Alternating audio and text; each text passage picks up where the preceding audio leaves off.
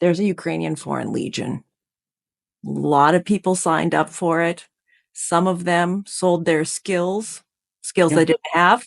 Other people came in thinking it would be some kind of adventure.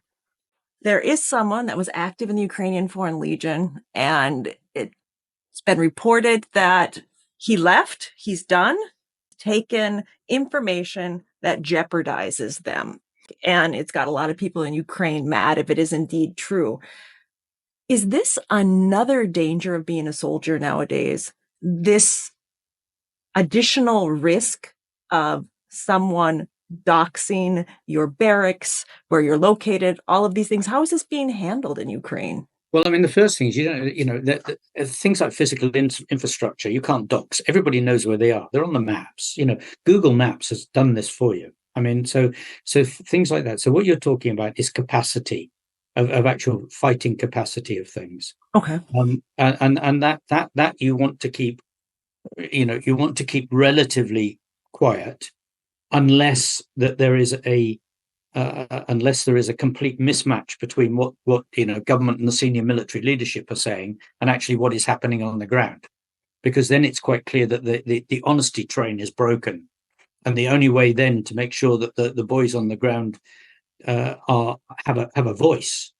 And I read a wonderful thing on Facebook this week where someone was actually analysing that the soldiers on the front line have fewer rights than prisoners in the Ukrainian prisons, and fewer rights than the Russian prisoners of war.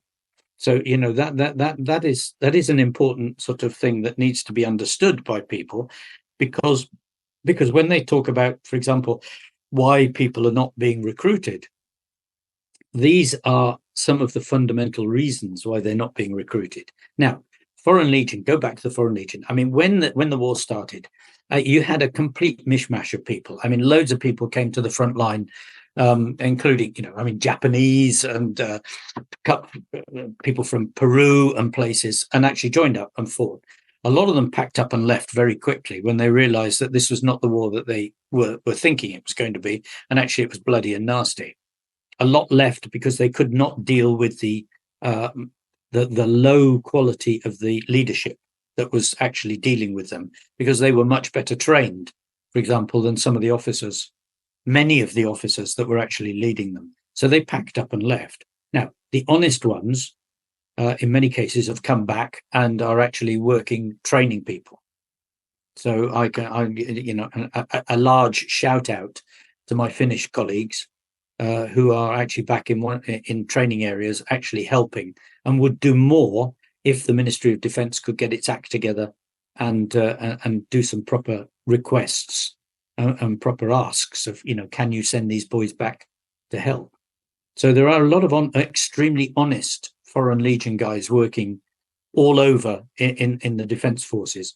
Some of them not Foreign Legion, by the way. Some of them are working just as volunteers. And a lot of them work as volunteers because if they go into the military system, they are then abused in some cases in their fighting.